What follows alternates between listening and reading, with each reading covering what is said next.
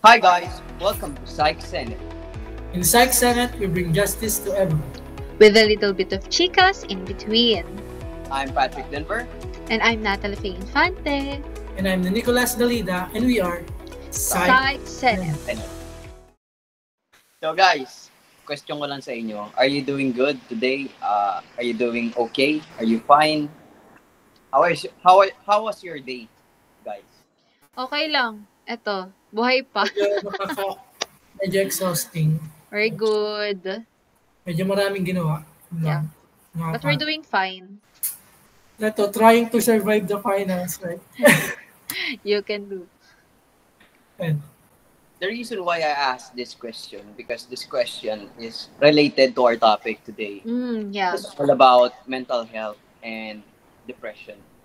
So, ano nga ba ang depression para sa inyo? Sige, mauna ka na, Dalida. sa akin, depression, yung suffering, nagsasuffer ka sa isang problema na wala kang masabihan. Like, sinasolo mo siya and feeling mo lagi lonely ka. Like, alam mo yun sa akin yung depression, yun lang sa akin yung depression. So, sa akin naman, yung depression, life-threatening talaga siya. Kasi, hindi naman lahat ng tao matitibay yung loob, di ba? Kasi, onting lungkot lang or onting ganto lang, syempre pinanghihinaan agad ng loob. Yung iba, it might cause suicide kasi, 'di ba? Kasi halo-halong problema and then yung tao minsan iniisip niya suicide na lang yung pwedeng maging solution para matapos. Yung ganun ba? Ganun yung depression sa akin. Sa'yo, Denver. Sa'yo, ikaw naman. For me, depression is being like somebody else. Kasi depression is it makes you like you're not yourself. Yeah. Like, I mean, you do not function the way you are, the way you want things to be, kung ano yung mga gusto mong bagay na gawin, hindi mo siya magawa kasi you're not focused . You're not focused on anything. Parang nakafocus ka sa negative thoughts. Hindi ka makapag-function bilang isang normal human being. Which Yes. is, para sa akin, you're not you when you have it. Yeah, totoo yan. You're not contented of who you are or what you are like that. You're trying to be someone else. So, ayun, pag-usapan na natin si Cecilia. Ipasok na natin sa usapan natin si Cecilia. Sige, unahan niyo na, mga kuya. Kuya? Sino nga ba si Cecilia? Kasi, nabasa naman natin lahat kung ano yung story behind Cecilia. So, dito kasi sa study natin, papasok na kasi Cecilia. She is 29 years old na may asawa, may anak, and siya nga yung na-diagnose sa may MDD or yung major depressive disorder. And based sa case study na to, may history siya sa family background niya, which is iniwan siya ng mother niya. And then, sa current living niya naman, parang nagkaanak siya, ganon. And then, parang hindi sinasadya, hindi kagustuhan na nagkaanak siya sa third baby niya ata. And then yun, parang naghalo-halo na, postpartum, stress, tapos yung traumatic event pa niya na nangyari sa before niya, sa family background niya. So, parang yun yung pinaka-main na reason kaya siya na-diagnose ng may MDD. Yun. And she also stated, di ba, na she had daily crying spells, like araw-araw siyang out of nowhere, feeling sad all the time, tapos nagkakaroon siya ng overeating habits. Tapos, hirap din siya matulog. Yeah, which is part of the MDD. Symptoms ba, ganun? Have you guys experienced that? Yung parang you're not feeling okay na parang hirap kayo, kumilos, alam mo yun? Kasi ako, personally, na-experience ko din siya. Kayo ba? Ako, oo, syempre. Kasi, parang ang bigat sa pakiramdam kumilos. Parang tinatamad ka na, ewan. Ganun ba? Parang di mo magagawa yung isang bagay na maayos kapag may dala-dala ka sa mo. Ganun, parang mabigat yung dibdib mo. Parang like waking up with, yung kakagising mo lang, like, feeling mo pagod na pagod ka na agad sa buwan. Like, wala kang gana sa lahat. Yeah, it feels like you're having a big rock on your chest. Yes. Umaga pa lang ang bigat na. Ang bigat na. Like, di mo ma-express yung sarili. Automatic sad. Automatic. Yeah. Yung ano mo. Si sadness yung nagko-control sa'yo. I think this is a really nice topic. Kasi, kung alam ng lahat, ang about sa mental health is hindi masyadong dito sa Pilipinas. Like, this should be talked about. I mean, hindi lahat aware sa kung ano mga... Kasi sa Pilipinas, mababa yung tingin nila sa... Yes. Mga gantong sakit kasi nga hindi siya visually nakikita. Like yung sa iba, parang tingin nila sa depression, parang nag-i-inarte lang. Yes. Which is, yung totoo, ano na siya, disease na siya. 'Di ba? Na totoong sakit siya. Totoong sakit siya. Hindi lang siya cardiac. Na kailangan ng medication, ng therapy, yung mga ganun ba? And the worst part is, people are ashamed to admit that they have, you know, yung may problema sila sa... Oo, yeah. I mean, kasi, syempre, they feel threatened to be mocked na baka sabihin sa kanila na, ay, ayan, may sakit sa utak, ay, baka yan, alam niyo, hindi ka normal, may problema siya sa pag-iisip. Which is, masyado siyang, alam mo yun, hindi ibig sabihin na may problema ka sa sakit ng utak is, ikaw yung minority. Halos lahat nakakaranas niyan. Ayun ang siguro. Oo, totoo. And it can be overcome. Yeah. Feeling kasi nila, hindi sila tanggap ng society as may sakit na ganun. Kaya, minsan imbis na mapabuti, mas lalong... Kaya, di ba minsan, dinedeny nila na ganito, ganyan. Di nila need ng medication kasi wala lang naman to, ganito, ganyan lang, di ba? Kasi kung i-compare natin yung situation natin kung Cecilia suffered a lot. I mean, kung siguro tayo na sitwasyon din niya, most probably, we have gotten the same. Like, I mean, major depressive disorder, that's severe, bro. Sa pangalan pa lang, that's not a joke na, di ba? Ibang usapan na. I mean, who read the study? I mean, what are the underlying factors? Bakit siya nagkaganon? Unang-una alam ko genetically na namana niya. Kasi Cecilia stated that her mother and her aunt are parang, I mean, in their life, they're not happy. Pero she stated that most of their life, they're not happy. Experience din. Yes. History ba? History. Okay. Given the fact na Cecilia, growing up in a Western country, iniwan siya ng nanay niya. At an early age. I mean, see? Diba? There's a lot of development na hindi niya na-experience. Having a mom, having taken care of by her mom. Wala kang mother figure. So, lalo na't babae si Cecilia, di ba? So, parang di niya alam kung paano siya pag siya na yung nandun. Wala siyang tinitingala. Yes, and she got pregnant. Nakadagdag pa yan sa factor na wala siyang mother figure and probably she doesn't know how to be a mother. So, part ng stress niya yun. Am I doing good enough as a mother? Ayun yung siguro mga common questions niya sa utak niya at that time. Na nakadagdag sa stress niya. Ayun po nga. Then, syempre, if tinanong mo, am I good as a mother?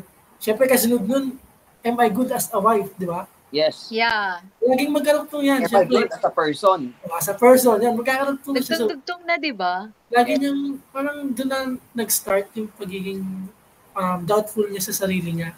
And isa rin sa naging factor kung bakit nadagdagan yung problems niya, yung stress niya sa buhay niya. Is because yun nga, yung dumagdag pa yung about sa financial, di ba nga, based sa study kasi, parang nagkaroon sila ng problema ng asawa niya. Simula nung na-injured yung husband niya, tama ba? Na-injured yung asawa niya, and then nagka-problem na sila sa how to manage their finances. And before that, workaholic na talaga yung husband niya. Oo, di ba? Doon pa lang, una pa lang workaholic. So, provider siya, and then nung na-injured, parang nawala na, di ba? Yung income nila. Naghalo-halo na talaga. kapag gumaling pa yung asawa niya, doble kahit pa, mas magiging workaholic. Oh. Kasi parang ano siya eh, parang sobrang eager niya naman ulit magtrabaho, di ba? Actually, isa rin yun. Like, syempre, if you're husband and wife, your unang mong takbuhan is, syempre, yung partner mo. Oo. If sobrang workaholic ng husband niya, saan siya naglalabas nung dinadala niya? Diba? Sinasarili niya na lang. And I think nagkaroon din siya ng anti-social na, na face. So, masasabi talaga natin siya major depression disorder. Yeah. Dahil it also stated that parang she doesn't feel like going out with her family sa mga family gatherings. Sa mga family occasions. Yeah. Like, right. Hirap siya matulog, had trouble sleeping at night, had overeating habits. Kain siya ng kain. Like parang stress eating. Diba? Stress eating. Yeah. Pinaka-common talaga. Yung mga times, coping mechanism. Diba? Yung mga bigla kang iiyak. Speaking of her depression, there are two kinds of therapy, if I'm not mistaken. ITP and CBT. Yes. And I think CBT suits best for the client, Cecilia. Dahil cognitive behavioral therapy siya. Yes. And our study also indicates that the client, if able to continue in therapy using CBT, would probably be very successful. Yeah. Dahil, di ba nasabi naman na mas effective daw sa kanya yung therapy compared sa medications. Dahil sa medications niya, meron siyang after effects or side effects na nagkaroon siya ng dry mouth or cotton mouth. Kaya mas convenient yung CBT sa kanya. Yes, mas okay yung therapy compared sa medications. Pero I don't think na it applies to all dahil siguro it depends pa din. Depende pa rin sa tao. It depends of the severity or it depends on what kind of person we are dealing with. Depende sa pagtanggap ng tao sa medications. Yes. Ng katawan natin. Kasi hindi rin naman gagana medications kung wala kang therapy. Wala kang binabago sa sarili mo. Oo. And I think medication is just for a short-term dito na panlunas. Oo, isa pa yan. Like I mean, syempre, di ba, pag mag-take ka ng gamot, it is the tension, it is the pain, it is the, wala namang nararamdaman mo. It suits you, di ba? Parang nakakalma ka niya, pero for a limited time. Dahil kapag wala nang effect yung gamot, balik ka ulit sa dati. Kung gamot lang ang pagbabasihan mo, balik ka ulit sa dati kasi wala kang foundation, wala kang binuild up sa sarili mo, wala kang binagong patterns. And unlike sa therapy na napapractice talaga yung mo. Kasi sa CBT, yung utak. Kasi sa CBT, if I'm not mistaken, it includes changing your behavior, thinking process.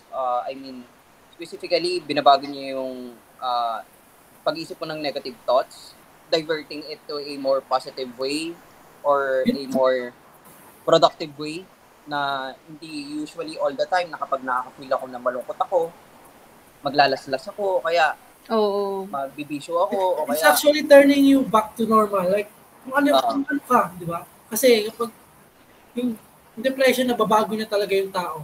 It affects all of you. Diba? Tulad nung sinabi ni Ipil kanina na, like, you want to be someone else, di ba? Sinabi niya kanina na. Baga, binabalik niya yung contentment mo sa sarili mo na kung paano ka talaga as a person. And I also think that prior sa, syempre, na-diagnose siya, I think it really affect her life positively. Dahil she also stated that therapy is parang successful sa kanya. Di ba, tinigil niya nga yung medication niya dahil sa tingin niya na hindi naman yun talagang, ayun yung nakapagbabago sa kanya, which is yung therapy. And she also stated that she parang mas naging immune siya sa mga problema, mas na-handle niya yung sarili niya very well sa buhay niya. And she's more happy now. So, di ba, ang ganda pakinggan na therapy really works.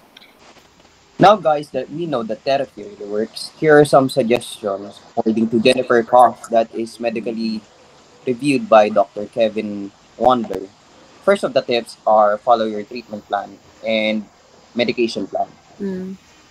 If you don't take the treatment plan, you run the risk of developing severe complications, which is totoo nga naman. Kung bigla mo siyang hihinto or hindi mo siya susundin, pwedeng mas maging severe yung depression mo or else baka magkaroon pa ng ibang complications. Next is yung surround yourself with positivities. And we all know naman, guys, 'di ba, na staying positive can help us to gain a healthy mental health. Syempre by reducing our stress, anxiety, mga ganun. Syempre nakakatulong 'yun para mabawasan yung mga iniisip nating negative thoughts, mga ganun. And then next is develop your support system. Syempre mahalaga to sa mga tao kasi syempre dapat mag-focus tayo dun sa set of people na nakaka-boost ng confidence natin, yung healthy para sa atin, yung ganon, para maiwasan natin yung depression na sinasabi nila. So next is develop a healthy lifestyle. So yung physical being healthy physically is malaking tulong din siya para mabago yung nararamdaman natin emotionally. Like, example is doing activities, physical activities na na-enjoy mo yung ginagawa mo. So, nababago rin ito yung mood mo kung paano ka mag-cope dun sa depression. Yeah. Okay. Next is also simplify life. If dumating ka sa point na magkaroon ka ng mga problema, try to make it simple. I mean, yes. If you know that your problems is simple, then find a solution that is simple. As it is. Yeah. Hindi masyadong pahirapan. Yes, huwag mong pahirapan yung sarili mo. Make it simple. If you cannot handle it on your own, maybe ask for someone else help. Diba? Yeah. Yung kung hindi natin kaya, hingi tayo ng tulong sa iba. Huwag natin solohin. Yeah. Natin pakomplikahin na sosolohin natin lahat. Yeah. Totoo. So, ayun, lastly, develop a plan. So, hindi lang siya basta develop ng plan as is. Siyempre, kapag ka-clear yung mind mo, mas nakakaisip ka ng mga paraan na, example, kapag nangyari sa akin yung ganito, ano yung gagawin ko? Bago ka magplano ng ganun, siyempre, kailangan clear yung mind mo. So, parang meron ka ng backup sa mga mangyayari sa'yo, kung ano mang mangyayari sa'yo. Kung dumating man yung episode na ganito sa'yo, ano yung gagawin mo? Okay. Diba? Yan. May concrete plan ganun. Yes. Yeah. Okay. And with that, we hope that discussion will enlighten our listeners about mental health and depression. This is to spread awareness about the causes and how we can help other people, showing early signs of not just depression, syempre, iba't ibang klase ng illness or mental disorders. Yes. And again, we thank you for listening to our mini podcast. Till we meet again next episode. And we are Psych Sense.